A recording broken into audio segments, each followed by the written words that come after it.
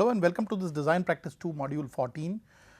We would like to today discuss some basic issues related to what are the kind of transductions which are there, particularly with some important aspects of how you can sense electrochemically, and then we will try talking about some of the basically the fabrication methodology which would be involved in the process. So, while doing this sensor we would focus mostly on the electrochemical sensor design, although there are going to be other many sensors which can be discussed from time to time, and then we will actually move into the actuators area where we will talk about certain small microfluidic tool designs, for example, micro valves or micro pumps or flow control using some of the microfluidic actuation schemes which can be available. So, let us now look as of now into the aspects of transducers. So, these are sort of detector devices, you can say. Analytical methods in chemistry, for example, have relied on a lot of optical transducers, particularly photometric based transducers. It can be spectroscopic or it can be colorimetric.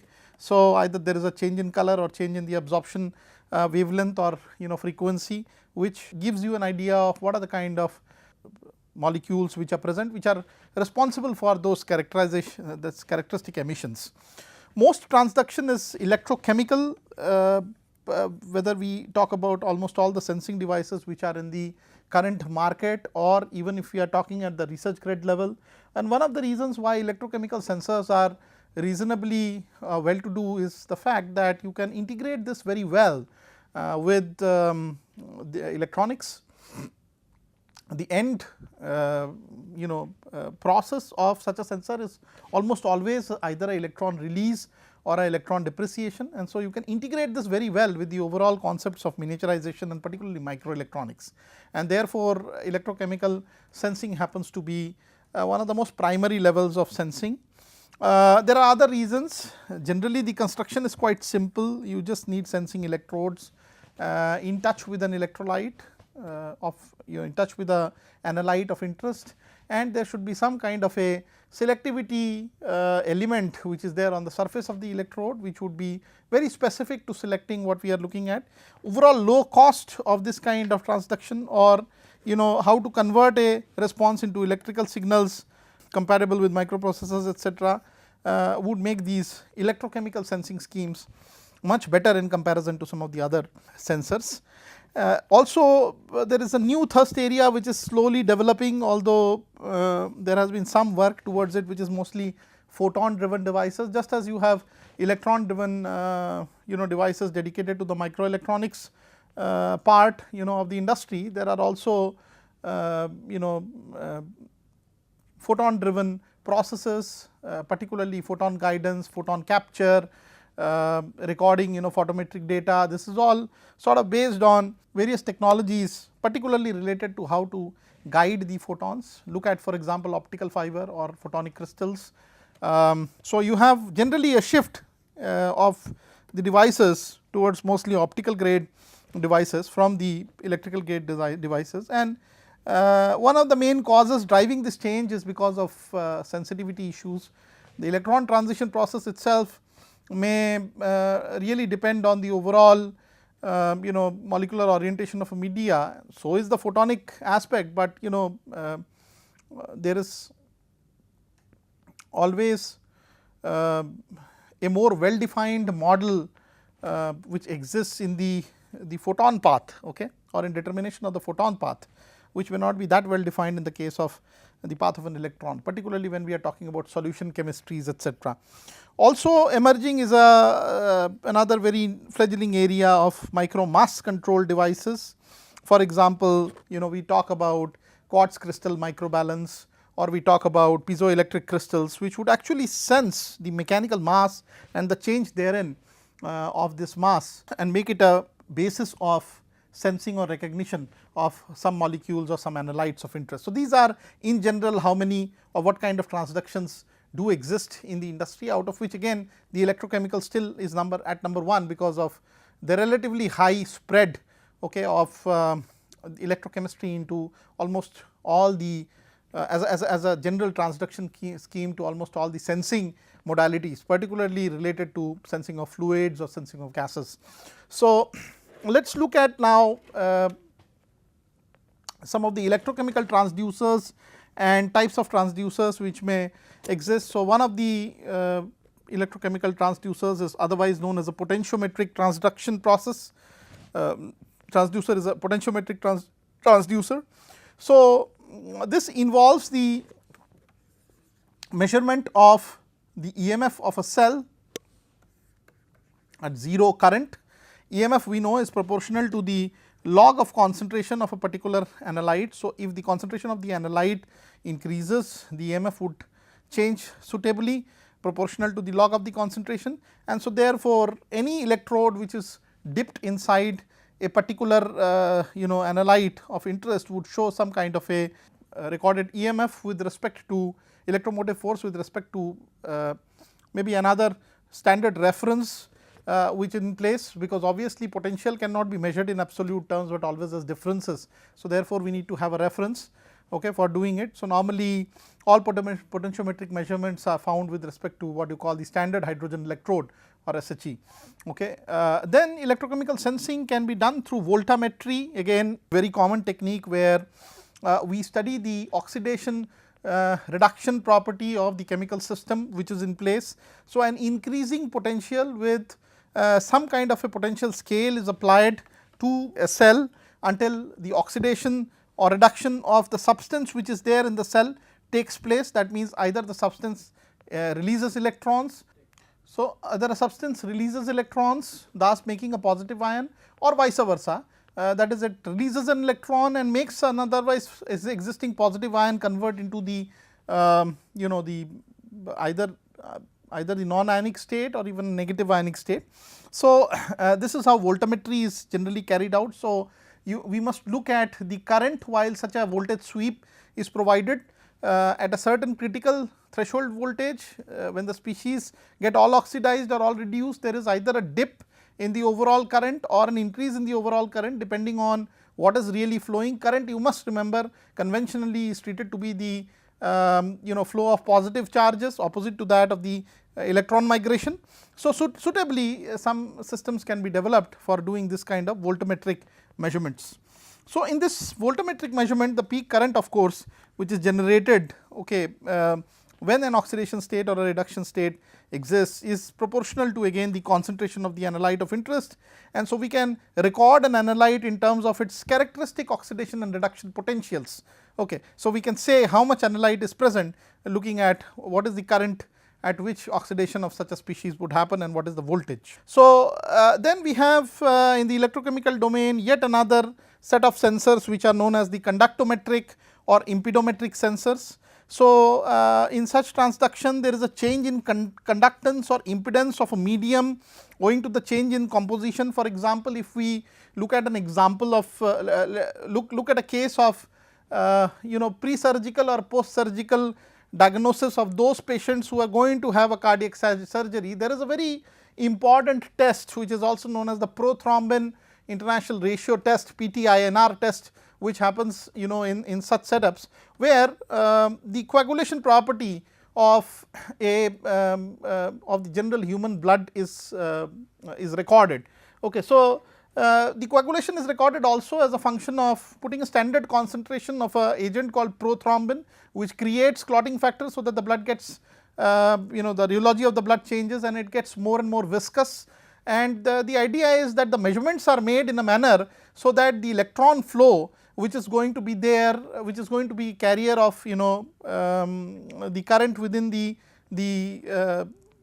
blood having a changing viscosity also gets suitably restricted because of this change in viscosity. So, therefore, the impedance goes up because owing to the static nature of the clotting blood sample, slowly the electromigration effects would reduce and the impedance would change. So, the PTINR test is a very commonly administered test to record what is the efficacy of a patient's blood, and based on it doctors may actually try to investigate how much amount of coagulants or let us say anticoagulants have to be given based on the thinning property of the biofluid, the blood biofluid within the patient.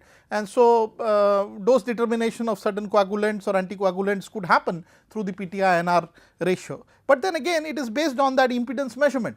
So, it is a change of some kind of a resistance or conductance, let us say, of a highly viscous sample of blood as opposed to relatively thinner blood samples, okay, because of the change in the clotting factors. The clotting factors initially are initiated through that recognition element, which is the prothrombin in this particular case. So, you can measure such changes electrically by looking at the conductance data, or the impedance data would be a more appropriate description, because because if supposing the overall ohms resistivity is low, then it is always the frequency based impedance which would come up because of the capacitive nature of the sensing scheme. And so, there has to be a measurement either with frequency in frequency domain, or in the ohmic domain. So, again there can be optical transducers which would be involving the way that photons are released or photons are absorbed within a material. So, you can have absorption as a phenomena which can be recorded. What is the wavelength, for example, at which most of the species are absorbing the photons would actually come up on such a scale. Once you have a light beam from one side given to the sample and a collected light from the other side. So, you actually scan at different wavelengths and see that what are the wavelengths across which all the photons seem to be absorbed, and that gives you an idea of what is the material which is present, the analyte which is present. For example, there can be an absorbance of the body fluids like blood, etc., in the biological window, which is about 800 nanometers plus minus. So, there can be fluorescence assisted optical detection. This means that overall there is a change in the fluorescent property of the material as sensing happens. For example, if we look at in the clinical diagnostics, there is a particular genetic mark, a test which brings home the gene sequence. Okay, it's in the molecular biology domain, and the gene sequence is multiplied by copying the gene many times using a process called the polymerase chain reaction process, where with every time there is the alteration of the overall fluorescence which comes into picture as the amplification process starts to happen. Okay, so I am not getting into the details of the modalities. There is another course for this kind of work, but because you are studying sensors, you must look at what exactly is the change, and we try to understand from practical problems that I am throwing, that what are the areas where such sensors can be very commonplace. So, the fluorescent signal generally happens in a manner so that the emission always happens at a higher wavelength, lower frequency. Such a shift in the wavelength is known as the Stokes shift. So, the excitation signal which is coupled to the sample is always lower in wavelength, higher in frequency, and that gets coupled in terms of the energy states across which an electron has to transition in order to record the fluorescent signal. Okay, so, then there is luminescence based data. For example,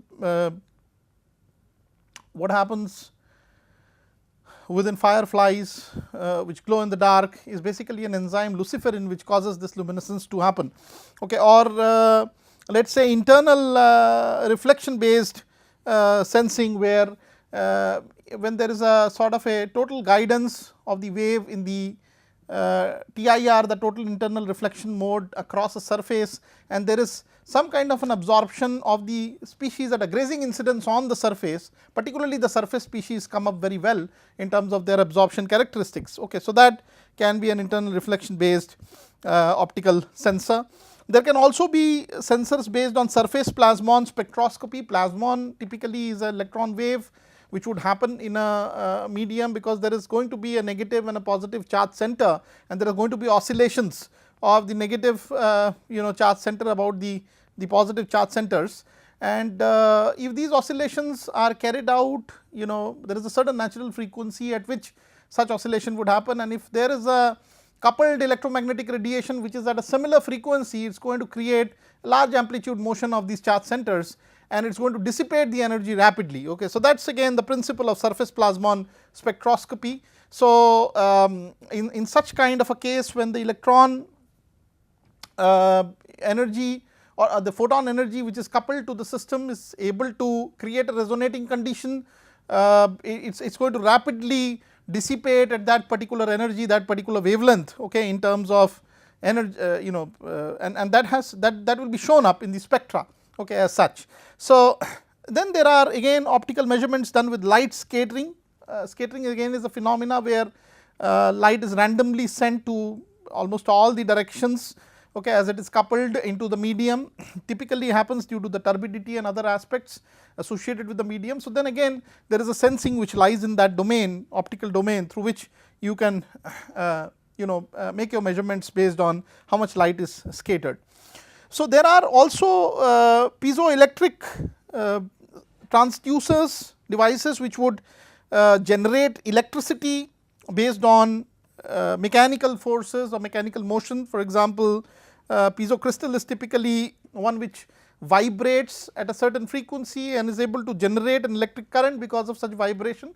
It is basically about the mechanism or the cage like structure of these piezo materials, where there is a change in polarization state because of such mechanical deformation, okay, or such mechanical sort of modification to the structure as a function of time. So a frequency of vibration is sort of affected by the mass of the material absorbed on its surface. So therefore, as there is some absorption, the fundamental frequency of vibration will change, and this can be implicated in terms of a change in the current signal. If we are using a piezo sensor, there are very many cases where cantilevers, micro cantilevers are based on this principle that there is a small piezo film which is coated on the cantilever, and because of a change, because of an absorption of mass across one of the surfaces or both the surfaces, there is going to be a change in the overall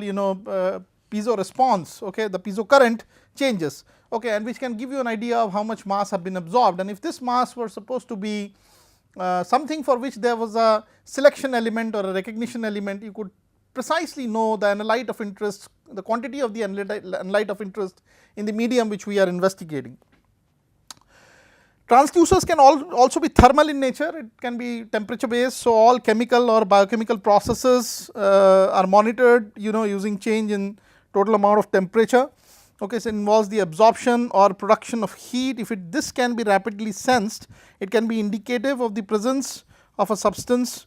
Not all substances can be analyzed using thermal sensors, but when we talk about night vision goggles, or when we talk about the sensors which would operate in the dark, okay, so they prepare an infrared map of a warm body, particularly a living body, and so it is also based on suitably the change of resistance associated with certain elements, okay, based on whatever infrared waves are being detected, okay, at a certain distance from the sensor.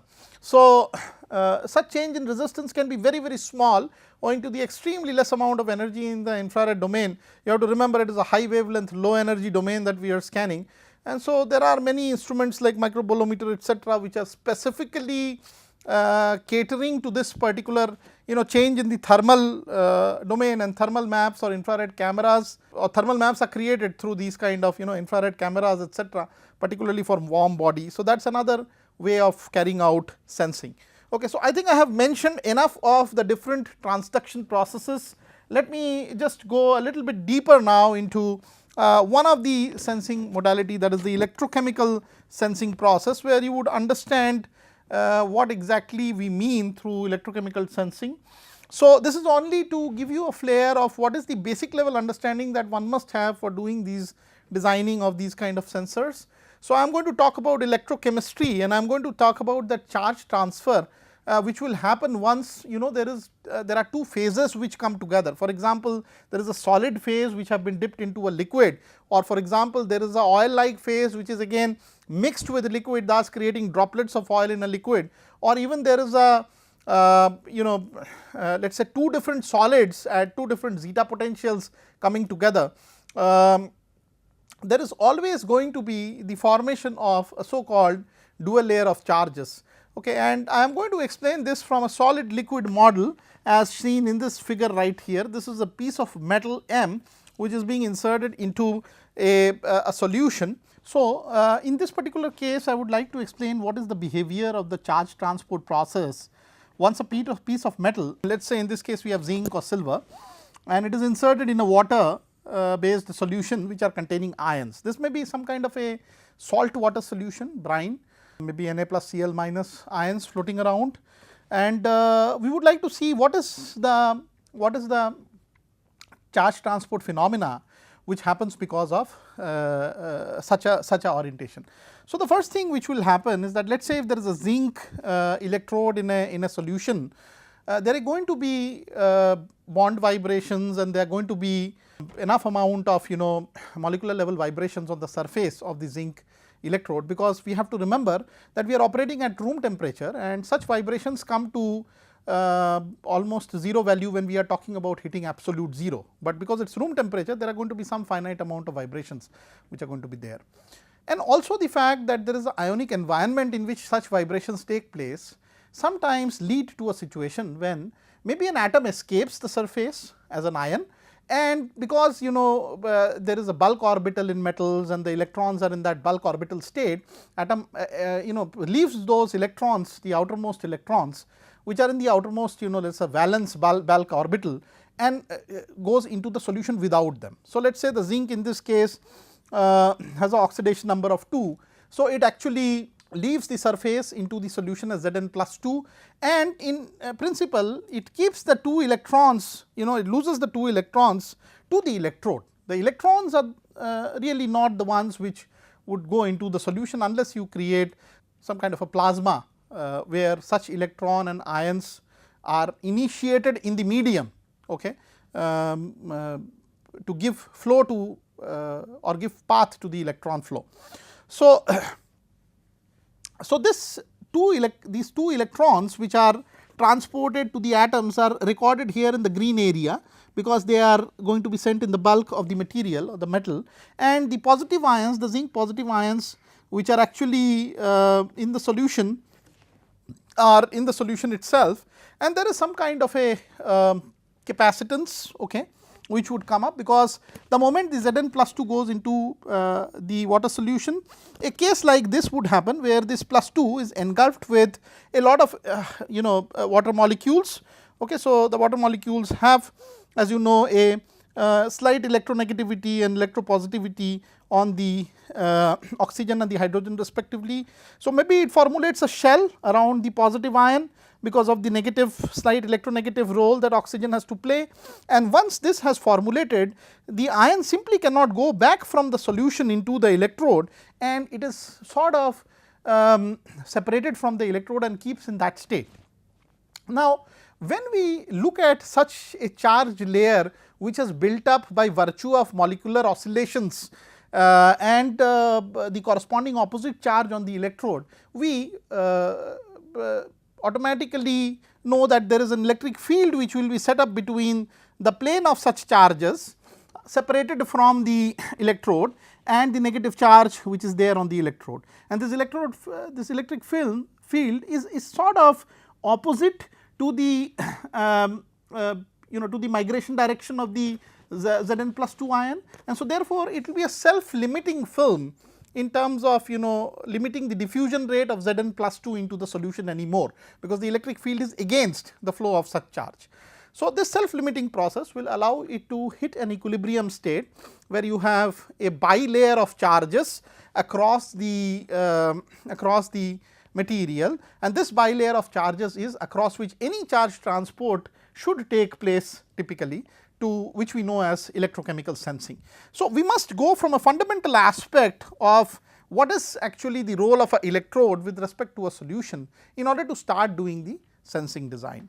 I am going to bring in a lot of other modalities probably at a later stage, but looking at the time today, I would like to close on this particular module. Probably in the next module we will look at some other things or other aspects related to sensors, followed by how we can miniaturize them, followed by again reintroducing back some calculations and some design principles associated with electrochemical sensors.